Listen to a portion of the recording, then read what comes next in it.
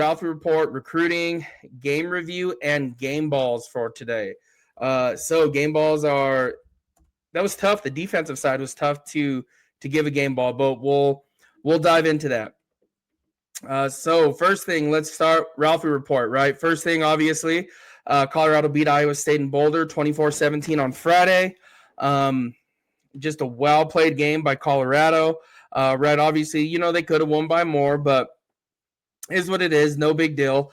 A win's a win, right? Can't complain too much. They've been hard to come by, especially these close ones for Colorado. And again, they were able to pull it off. So, great news. It was a great game. Folsom, like always, was rocking. Just a great atmosphere there in Boulder. So PFF, if you follow it, Pro Football Focus, London Merritt leads the team in the run defense grade with a 81.5. So again, this is true freshman. London Merritt right now is 81.5, leading all of Colorado in run defense. So just defending the run. Jordan Seaton, if you have not saw this, he leads all college football in pass block grade with 94.7. That is a phenomenal grade. And way it's looking by the end of the year, you're probably looking at him being the number one offensive tackle in the country. And the crazy part is again, is that what we always talk about is he's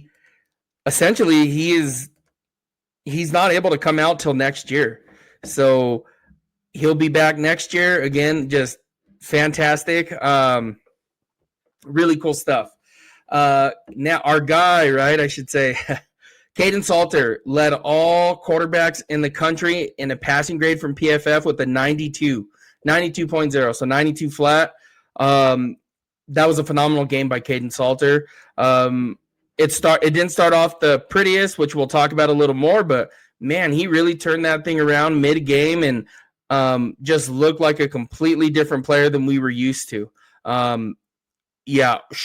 Completely shocked with that. So just great all-around game by Caden. I mean, hats off. Give him credit where credit's due. Just a great game by Caden Salter.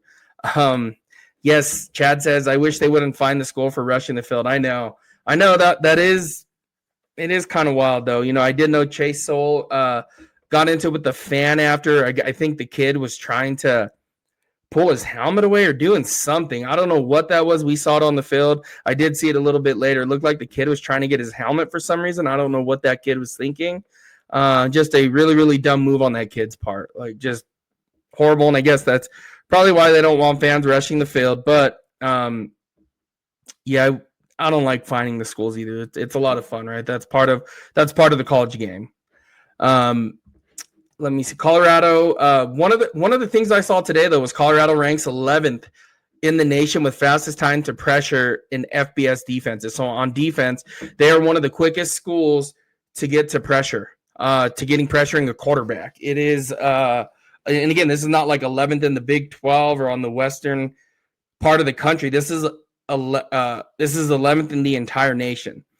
And the Buffs have 6 sacks, I believe, on the season, which is kind of crazy to think about, right? Like, something is going on. And again, those of us that follow it know what it is. That coverage on the back end is not holding up, but you would figure at some point some things are going to have to change a little bit here, right? And they're going to get knocking the quarterback down.